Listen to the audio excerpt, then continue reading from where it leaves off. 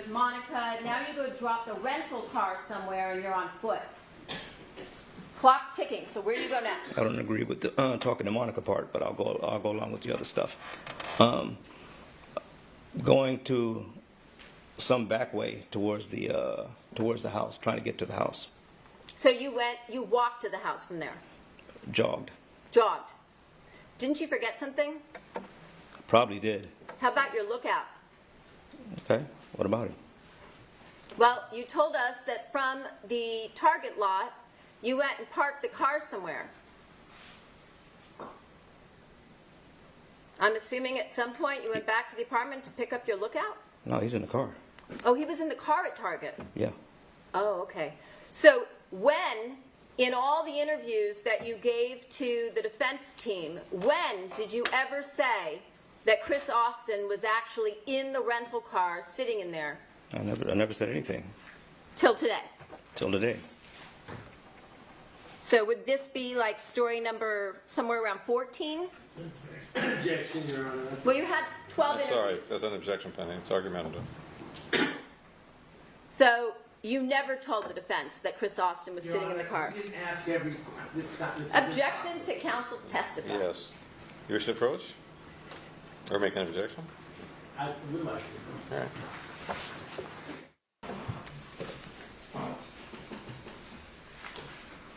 So I'm going to show you People's 160, which is a timeline of communications on Viber between you and Monica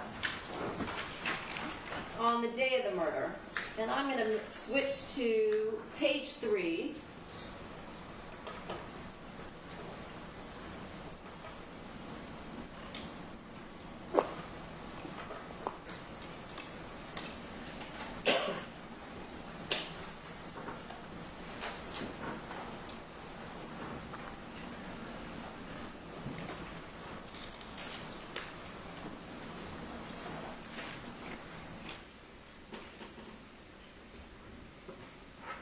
We saw on the video you drive into the lot about 3 o'clock. Here at 3:01, you send a message through Viber to Monica, right? That's what the paper says. Is that to let her know that you've arrived at the Target lot? I don't see the text at all. I don't see the message itself, so I don't know. That ain't it, though. And then right after that, at 3:10, she texts back to you. You then go back and forth for several minutes, texting back and forth, correct? So that's what the paper says. And then we see here at 3:21, messages again back and forth, correct? That's what the paper says. You don't remember any of this, right? It's almost 10 years ago. I don't remember any of this. Okay. And then we see here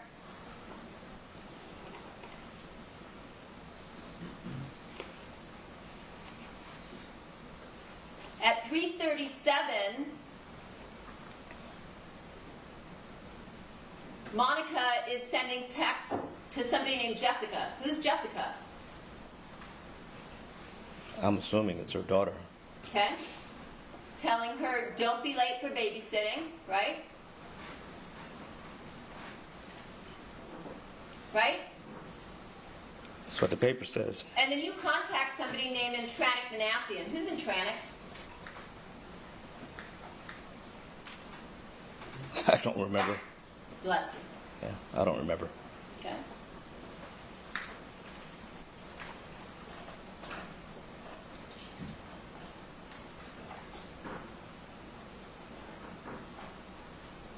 And then we see her last communication to you is at 16:46. See that? I do. Just after a call to an eye doctor and to her daughter Isabella.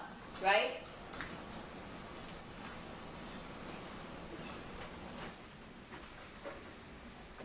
Right? I'm just going by what you're giving me to read, so I'm just reading it with you. Yeah. Didn't you tell us today and last week that Monica told you that afternoon she was going to go to pick her daughter up at school? That's what she told me earlier that day. Okay.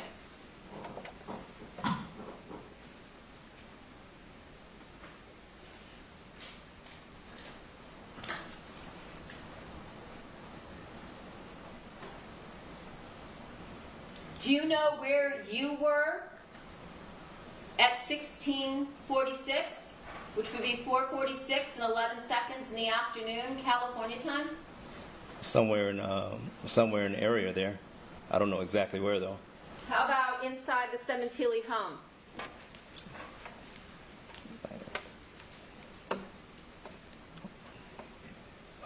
It has to be. It has to be. But like I said, it's somewhere in that area for sure. I don't know because I don't know exactly what time everything was happening. Do you know what time you went up to the Sementilli home? I don't have an exact time, no.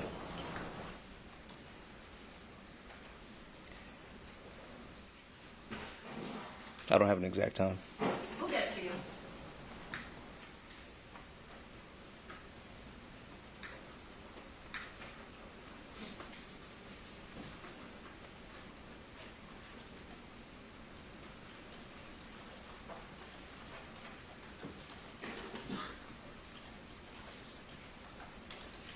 When you told the jury last week that you needed a rental car over the weekend while you were fixing yours and that you drove all 3 vehicles that weekend, that would have been false, correct? That I didn't drive all 3 vehicles? Yes, because as I told you, you didn't get that rental car until this morning. I could have sworn I got that car. I got that car on Friday. Like I said, my memory's not good, so I don't know. The only reason I was there. you needed a rental car was because you needed to have a car that was not connected to you, correct? In order to commit this crime. And that's the reason you asked Paula to rent you a vehicle that day. Well, I was going to rent it myself. But you didn't. No, so I didn't. You did it on purpose through Paula so it wouldn't be in your name, to remove yourself, right? That would help. That would have helped, yes. However, you tried to tell the jury that you had the car since Friday, and the only reason you had a rental car from Paula was because you needed it while you were fixing your cars. And I was trying to fix my cars with The it. problem is, sir, as I told you, that you didn't get the rental car until that morning, That's argument. right? Sustained.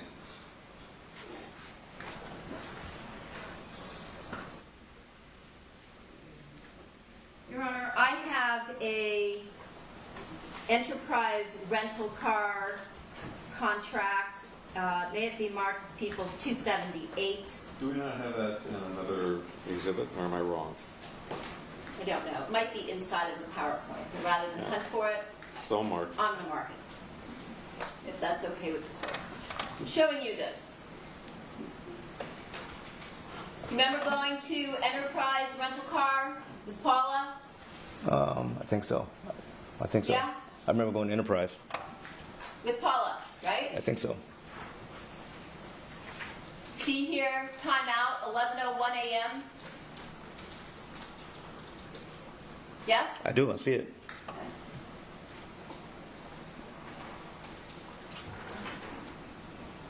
And the rental company, the enterprise company that you went to, that was one that was in Canoga Park, correct? Yes, it was. And if we look over here to the left, this is the address where Paula and Sean used to live, right? I'll take your word for it. You have all the paperwork. I have nothing. I can't go off memory of any of this, so I don't know. So I'm going to take your word for it. But you've been to their home. I don't know the address. Was it in Chatsworth? It was in Chatsworth.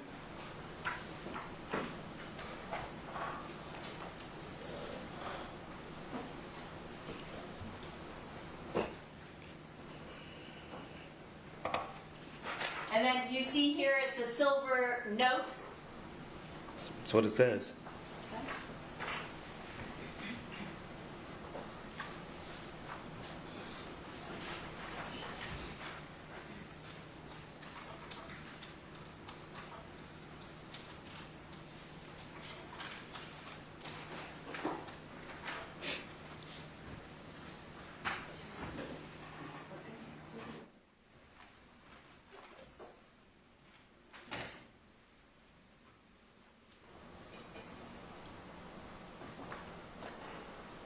Showing you a still from a video at 4:18. Do you recognize this person here in the green Sean John sweatshirt? That's me. Yep. See the time? I see the time on the image. Do you know where this location here is? Just at the corner? Yes. Where is that? I don't know the streets, but it's down the street from our house.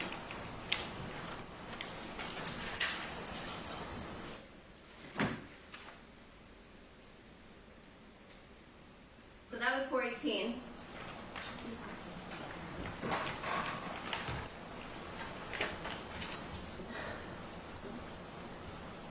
And I showed you that Viber message from Monica at 4:46.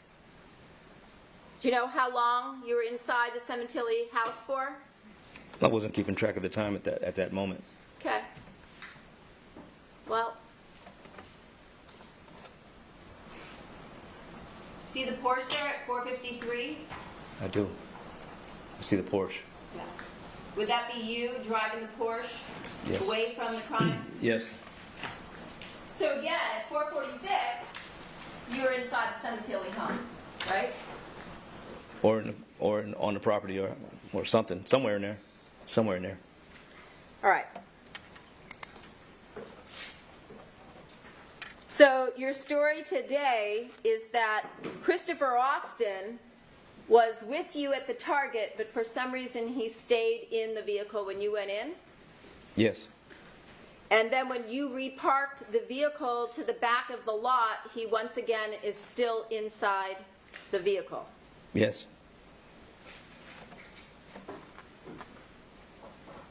Why didn't you ever mention that in any of the prior interviews that you had with the defense team in this case? Objection, Your Honor. Overruled. I wasn't asked. And so you felt that only giving up certain information was, as you said, being very truthful and honest with them. That's argument. I'm going to allow that. At that particular point, I'm trying to get information from them. You knew that they were trying to get information from you, right? That was the whole point of them interviewing you over and over and over again, Objection, right? it's argumentative. Overruled. No. That's not true. They didn't interview you. They did over and interview over. me, yes. And in which interview did Don't you ask, I don't ever know. tell them the truth? I told them bits of truth in all of them. Bits of truth. Bits of truth, actually a lot of truth on a lot of them. Some things I A just lot of left truth. out. Yeah, some things I left out, and some things I changed to protect people, like Chris.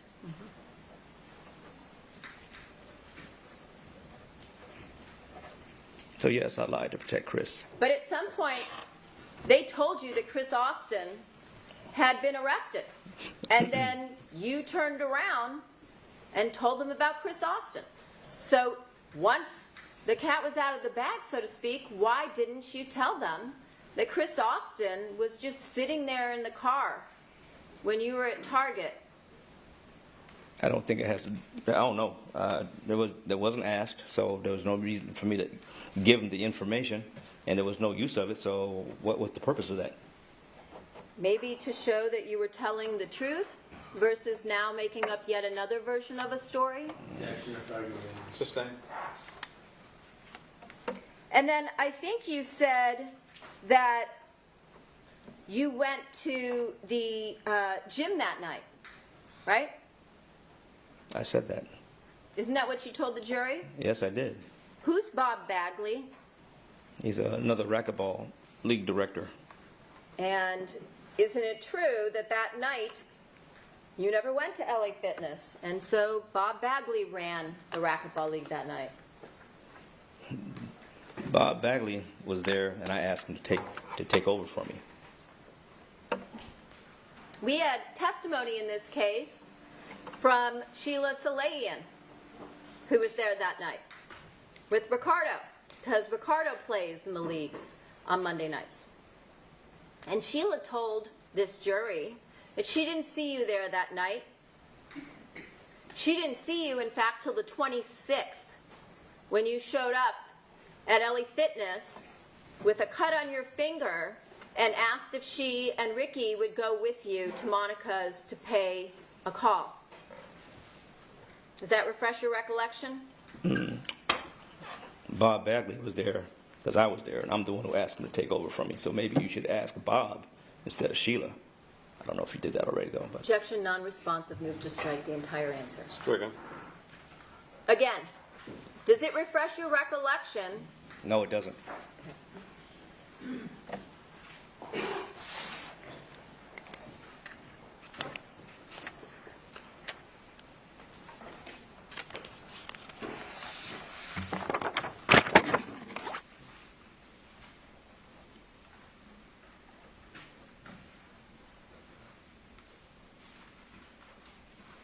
Which vehicle did you take to LAX to pick up Chris? I believe it was the black truck. The Expedition? Yes. So the battery was fine when you went to LAX, correct? Yes. So it was just glitchy after that. Yeah, batteries go dead fast. And what time did Monica tell you she was going to school to pick up Isabella? I don't remember.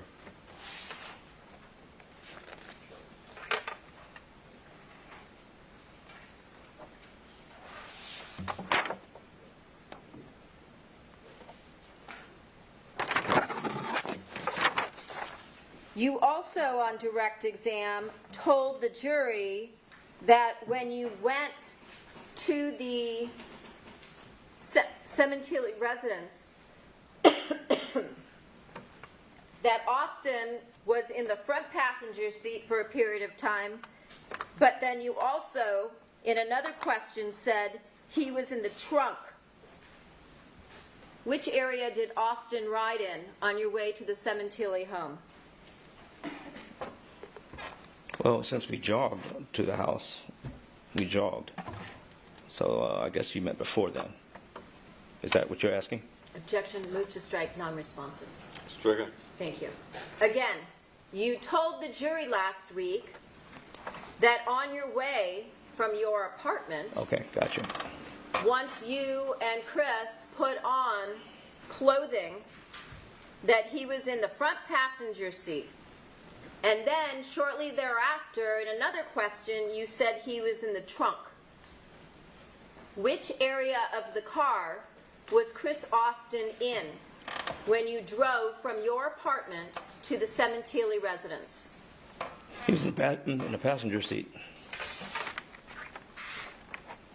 So when you said that he was in the trunk, at what point in time was that? Or was that just, again, another statement that wasn't true? I think he was in the trunk when we left the apartment, or we were in the apartment before we left. And I don't even remember if it was right at that time. I think it was before time, because somebody came from the apartment complex, and I didn't want him seen. So I told him, slip in the back seat, and slide in the back so nobody can see you. That's where the trunk thing came in. And where was that when you said in he was in the trunk in your apartment? In the garage. In the garage. Yeah. So when the two of you left your apartment, he was in the trunk. I think so. He eventually got out, but I can't remember. I can't be sure. I can't be sure of that exactly. So which is it? Was he in the trunk? Was he in the front passenger seat? Or is it that now you can't remember? He was in the car. He was in the passenger seat and he was in the trunk. So he was in both. He was in one or the other, but he wasn't in the trunk the whole time. He was only there for a short period of time. I see. Just out of camera range. I see. Well, people knew he was coming and going from your apartment, so you weren't hiding the fact that he was at your apartment, right? Actually, seems So- not an evidence, that's argument.